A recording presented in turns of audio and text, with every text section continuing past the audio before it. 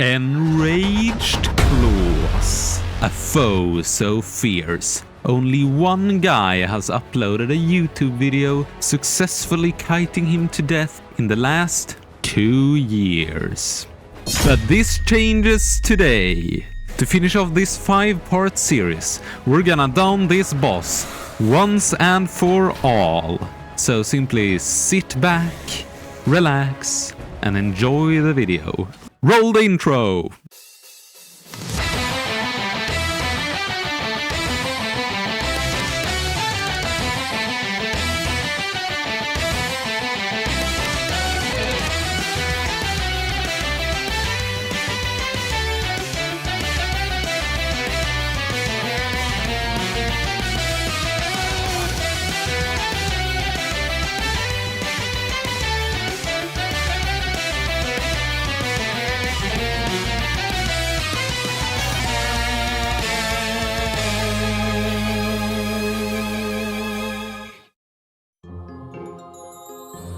Before we face off against this mad Santa, we have some other spoiled fruit to pick. For the simple sake of no one complaining in the comments, I decided that the cave stalker must perish, even though he isn't even a boss. That was pretty easy. The next guy on the list... Okay, I'll stop with this stupid cryptic voice. Where were we? Weather panes. We seem to need them again. And we've run out. Unfortunately, our construction amulets and goose feathers have also run out, so we can only craft 2 more. That's not good, because we're gonna start this episode off by defeating Toadstool. We need to beat every boss variant, and last time we beat Misery Toadstool, so now we're also beating Normal Toad. I hope this makes sense, even though you might think I'm stupid for killing Toadstool twice before day 100. To substitute the lack of weather panes, I will bring moonglass axes and fire staves as well, to deal with the spore caps. You know how it goes. We're also rich enough to bring Thulesite clubs as weaponry. They work extremely well against slow targets, and with the crown we shall see how fast Toadstool melts.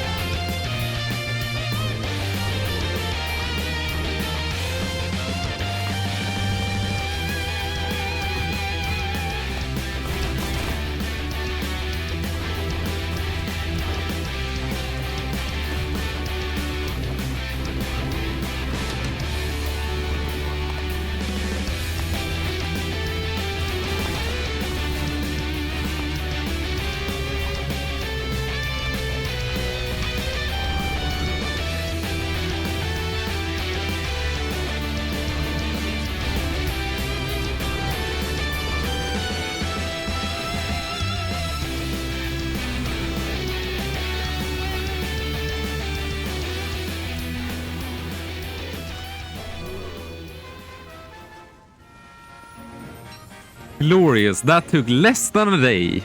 This really shows the power of the crown on Wigprint in my opinion. Nice, we got the Mushlight blueprint as well, instead of a duplicate Glowcap blueprint. If you aren't aware of it, Mystery Toadstool cannot drop the Mushlight blueprint, cause he instead drops the Glowcap 100% of the time.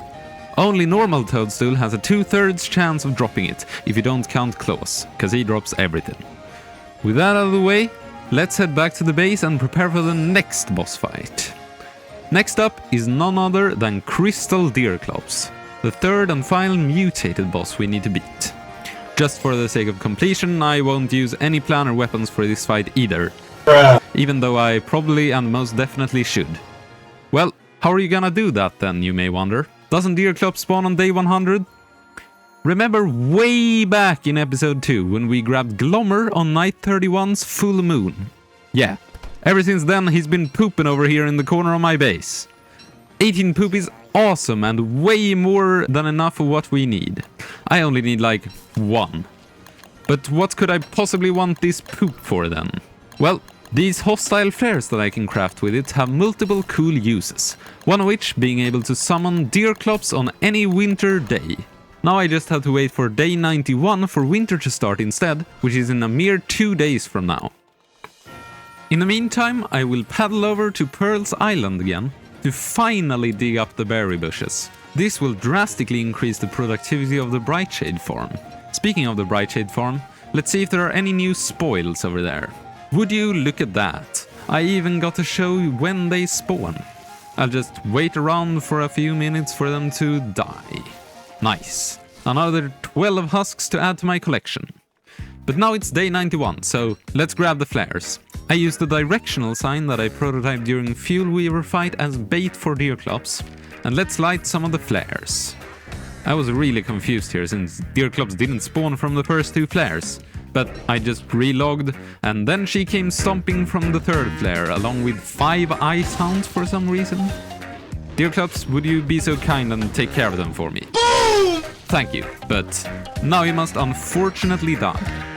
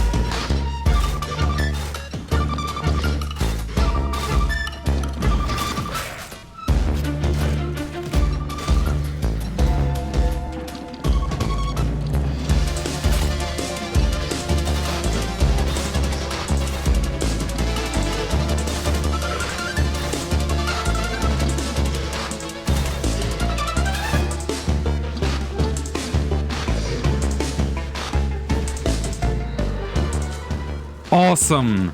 And here is Wagstaff again, ready to reward us with our Spark Arc for our troubles. This is the main ingredient in crafting the boss items for the mutated bosses. You only get one from killing all 3 though, so we need to choose wisely. What you should notice, however, is that the Spark Arc is currently as empty as my cranium, so we need to fill it with something. That something happens to be one of those floaty orb patrols down in the ancient archives, like Wagstaff just mentioned. We quickly head down there and just place the Spark Arc on the ground to trap it. Easy. Now comes the most fun part though, crafting our Howlitzer. This will be the item I choose, since this is a boss rush and the Howlitzer is freaking awesome as a ranged weapon. It will help a lot in the Enraged Klaus fight. Another thing I think is interesting is that these Spark Arc items are the only things in DST that require 4 ingredients to craft. They are that special. Now, let's jump into yet another boss fight, shall we? This time, it's a boss that we skipped over last winter in our hurry for the knapsacks. But now, when the nights are long again, we can fight the twins. The twins are very easy to cheese by separating them, but that would be a super bland way to fight them, so I will instead try my best to keep them both in the fight at all times. Let's go!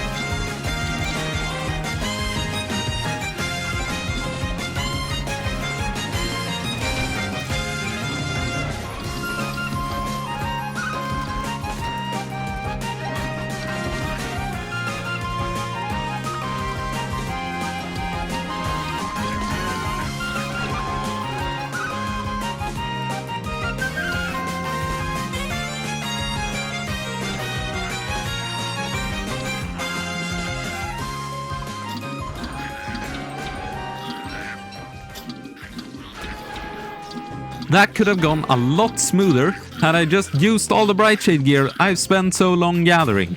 I even spent the time between the nights mining more brilliance and visiting the Brightshade farm again. I gotta say though, it has been really efficient. That's another 12 husks. Now, there is only one boss standing between us and Enraged Klaus, and that is the level 3 Shadow Bishop, also known as Batman. Sadly, we can only fight Batman on day 100 because of the new moon requirement. Again, while we wait, we need to prepare everything for Enraged Klaus, so we can go and fight him immediately afterwards. The first step in those preparations is obviously to find him. This time I wasn't as lucky as last winter, since I had to run through both the deciduous forest and the mosaic biome until I found him.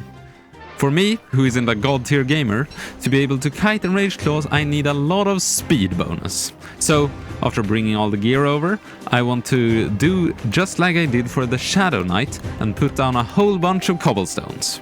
For that, I need to pitchfork all the turf that isn't already cobblestones in a large 9x9 square around the sack. Then I fill in everything that remains with nearly 4 stacks of cobblestones. When I was done, a lunar hail started again, and thank God for that. I don't want to think about what could have happened if it started during the fight. I also took the opportunity to gather what infused moon glass I could if I had decided to craft some bright shade bombs, which I never even ended up doing. Now there's only one problem remaining. The snow. Can you actually see where the cobblestones are? Let alone do that when you're fighting the hardest boss in the game? Yeah, neither can I. To fix this, I placed down some cut grass that I picked around the edge of the cobblestones. This way, I'm easily able to tell where I get a speed boost and where I don't. And so, day 100 is here, folks, and it's time to fight Batman.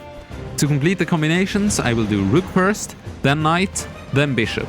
And you will notice that I definitely didn't take the level 2 Knight seriously enough. It is way harder than the tier 2 Bishop and Rook, and it should be treated like the level 3 Knight. Oh yeah, and you may notice an ongoing theme here. I foolishly didn't use the Bright Shade gear again. With that said, let's fight!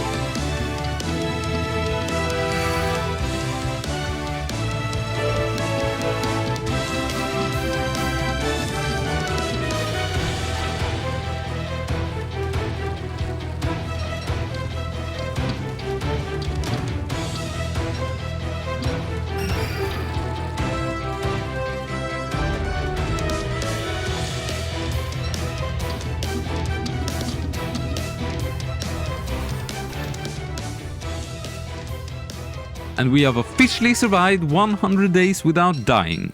Somehow we're still alive at least, despite all the mistakes and close calls. We aren't really done yet though, because here comes Enraged Klaus. The strategy is simple but very difficult still and requires a lot of focus. For the first phase, we can get away with using the Enlightened Crown by wearing the 3 Knight armors we have gathered up from the shadow pieces. During this phase, I will use the Bright Shade sword since I can repair it without dying. The Knight armors will however drain my sanity whenever I get hit. While I'm restoring it, I will use the Bright Shade helm instead of the crown to at least boost my damage a little bit. Then, for phase 2, I need to wear the Magiluminescence for the speed boost, and therefore the Enlightened Crown will have to retire, and we will instead use the Thule-side crowns and hope they don't all break to the massive amounts of damage incoming. During this phase, I will switch to the Dark Swords that deal more damage and don't need to be repaired. Now, there's a 0 chance that I can fit all of this in my inventory at the same time. To counteract any potential issue, I distribute the crowns and dark swords evenly in each corner of the arena for an easy pickup. Finally, I only cast 2 dwarf stars in 2 of the 4 corners. During the middle parts of phase 1, I will cast 2 more, just to prevent me from ending up in a situation where the dwarf stars run out during the fight and I'm left with no light in the middle of the night, if you know what I'm saying. Okay, I think we're ready. Let's do this!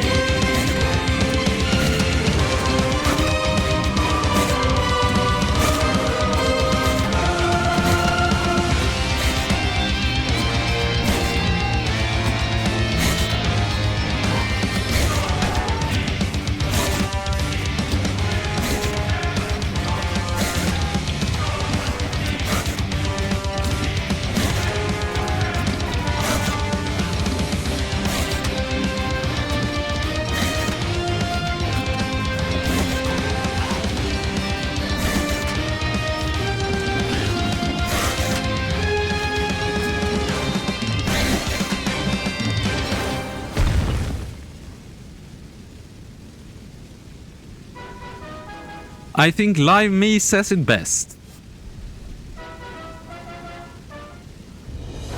Lemao, every single boss variant in the game on day 104.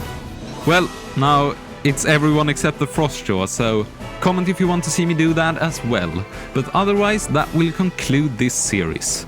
Before you click off though, and go about your day, I have two final things I want to do as a finishing touch. The first one is to open Klaus's presents.